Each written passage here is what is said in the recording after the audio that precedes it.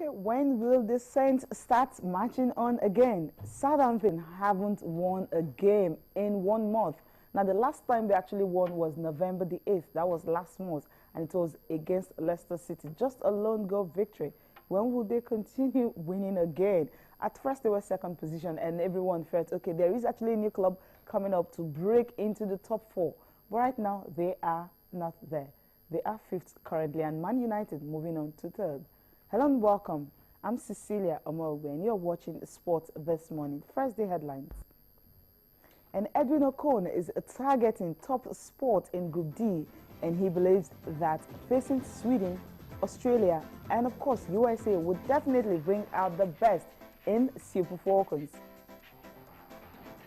Also on the program, this man on your screen is smiling, but he believes that his side were actually lucky to have kept a clean sheet and also get a win at St. Mary's.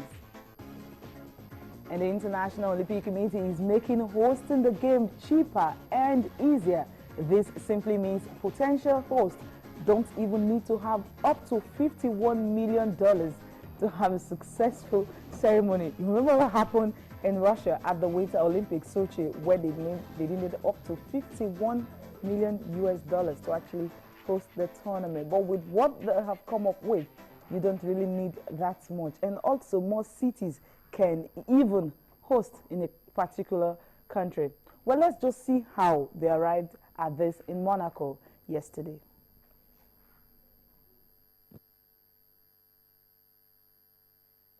Waiting for that clip on how the IOC actually arrived at that particular position, that is getting to have more cities hosting the Olympics. That it simply means if, for instance, Nigeria wants to host the Olympics, of course, and Lagos is the bidding city, maybe they can also play some games in Abuja, and of course maybe some in Port Harcourt and some in Calabar. That's what it means. So the pressure would definitely would not be on just one host nation. Another thing is they can also discuss with the Olympics Committee on how they can arrive at a particular bid. It has to suit their own economy and also suit the athletes. And the focus will definitely now be on the athletes and not political games And of course, economic games will come in, but the focus will now be on the athletes. If you can have the clip on how they actually arrived at that conclusion in Monaco yesterday. If we cannot have that, but we'll just go for a short breakdown, and my guest will be joining me. As you say, in my wildest dreams, I would not have expected this. But, you know, it showed the great determination of the members for these reforms and to make this progress and to make it happen. And I know that for many members, some of the recommendations were not easy to swallow. And that they, on the one or the other side, they would have liked to see maybe no recommendation or a different recommendation. But this made this day so special and so encouraging that then when it came to the vote, that they, regardless of their own interest, regardless of their own position, they were determined to make this Olympic Agenda 2020 a success.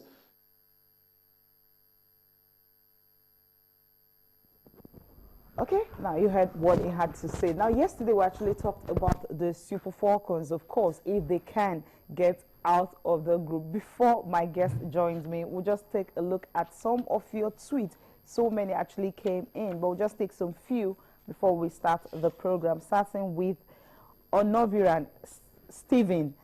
He says that I believe in Aziza Toshola and the new crops of new girls from junior teams. He's saying that with these girls, the Super Falcons can get somewhere. And also, another one also coming from Stephen. He says, I consider it miraculous for the girls to reach the second round, but impossible is nothing with good preparations. And Fisayo Dyer says that any good thing He said, another good thing is they play USA last, so they can make hay while the sun shines. 4 points off Sweden and Australia is possible. Then AK James says we should finish second behind USA. And this one is coming from Naked Joseph AGK. It says, please, NFF should just focus on the women because it's a tough group and it's a tough group we've been drawn in. I wish them all the best. Preparation is key. And Daniel is saying that, okay, yes, they can. If African champions can keep their heads and take their chances when they come. And, okay, Stephen is also saying, consider it a miracle, but it's possible with good preparations. Okay, that's coming from some of these guys who actually, you know, send us their tweet. You can also join them, send us your tweet. What do you think about, you know, the Super Falcons if they can make it out of that group? What you heard from Edwin Okon, he says that facing them bring out the very best in the Super Falcons. Chinasya Iboye joins me now on the program. Chinasya, good morning. Good morning, Cecilia. Nice to have you back. How you been? Yeah, that's great. Thank you. All right. Of course, the Super Falcons, thankfully, the group, a lot of people are not happy about the fact that they've been drawn with the Americans, you know, the Swedes and the Australians. Based on world rankings, you're talking about all three countries in the top 10. You know, but you know, it's knockout football. It's a World Cup. It's a tournament proper. You know, anything goes. We saw Costa Rica the last World Cup. You know, yes. We saw how far they went. Nobody actually gave them a chance. You know, so Falcons taking on this big names in quotes. You know, I'm not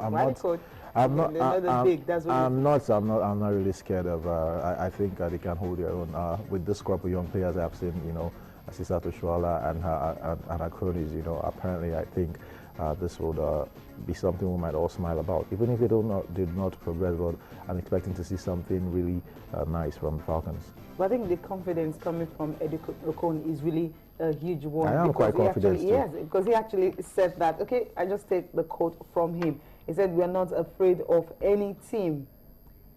We are not afraid of any team in the group. The group is simple. Every group is tough. Having US in the group does not put fear in us. Instead, it will give us the extra determination to train and prepare better." And I hope they'll do that. And he went on to say that going into the World Cup as African champions, they too are afraid of us. And we have set a target for ourselves, which is going further than we have ever done in the World Cup. This is achievable, but we cannot afford to fear any team.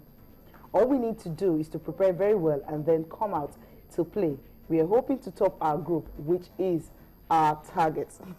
It's not an unrealistic target. Come on, you know, the girls apparently he sees them every day. You know, they've inspired confidence in him, and you know, we saw them at the AWC. We saw them also at the on the 20 World Cup. You know, from what I've seen, you know, these girls, there's something about them. There's something about this group, this particular, and so you share his opinion. I'm quite optimistic. I'm quite optimistic. Okay, the Falcons feel me with a lot of confidence. So I'm quite optimistic, and I think they would go far. I hope so. All right, and of course, from Swedish coach Pai Sjonghed, she said that it's a very tough group. If you look at each team, you will know what I mean. US is probably the best team in the world, and then you have Nigeria, who are a very tough team. Playing them in the first game will be tough because they're good in the air. That's an advantage. I followed them at the under-20 level, and the fact that they reached the finals absolutely buttresses that they have good players, and that's coming from our Swedish coach. Also, Australian coach Alan Starchich says that I think Nigeria has the chance to come out of the group because I watched on the 20 World Cup and I saw the younger Oshoala, and I thought she was electrifying. I have really followed Nigerian girls, and I hope we can make it out of the group because they are going to be a tough side to face. Just like Okon said, everyone's actually afraid of the Nigerian team. Of course, African champions, you know, and it's not like in the past where you just have all the Nigerians, the Nigerian team as the main threat from Africa. Now you have the, you know, you have the Equatorial Guineans, you have the South Africans, you have the Cameroonians, you have the Ghanaians. At least it shows you that female football in Africa is now more competitive, you know. So anybody that comes out as the champions of Africa should be feared. So trust me, it's a very tough group. It's not just from our own perspective, also from the perspective of our opponents. They actually see it as the same. That is a very tough group. Yeah, definitely going to be tough. Now, you listen to the IOC president when he was talking about some of the changes they've made at the Olympics. What do you think? How is it going to help nations that are actually hoping to bid for it subsequently, maybe in 20? Yeah, the thing is, officially there's always a host, a city, yes, of course, that bids to host the Olympics. But I think it won't be the first time. I think I can't remember which of the Olympics, either Athens or Sydney. There were some games, some sports that were actually played outside the host city. So I think it's maybe now they just want to make it official. So if they can have enough support from other teams from other cities that might be interested. For the countries that do not have those mega cities that can just come out and put a straightforward bid. So I think it's a good thing. It's been coming. I'm not surprised because, like I said, we've seen it started creeping in gradually from the past, and now it's official. So yeah, it's a good development. And the fact that they'll have a kind of a cap. You have just 28 sports, so other sports will have the chance to come in, like baseball have been trying to come in for it some time. What do you think about that? Yeah, it's good. Of course, it's the Olympics. We always want to see every kind of sport. Last time we heard about wrestling might be dropped. We saw the opera and everything. We're actually looking for more sports to, a whole lot of sports. Trust me, wanting to join the Olympic movement. So it's I think it bodes well for the Olympic Games. It's a welcome development. Something I like. I think they should go ahead and continue. Okay, we'll go for a break now, but just we'll bring you what Arsene Wenger is saying about Arsenal. Of course, he's demanding so much from the team, and he believes that the fans, come on, you don't have to judge the team every time they play a bad game or every time they had to lose a game. But you can judge him at the end of May. Top 4, usually his target. Well, let's just listen to Arsene Wenger, what he had to say ahead of their game in the Champions League tonight.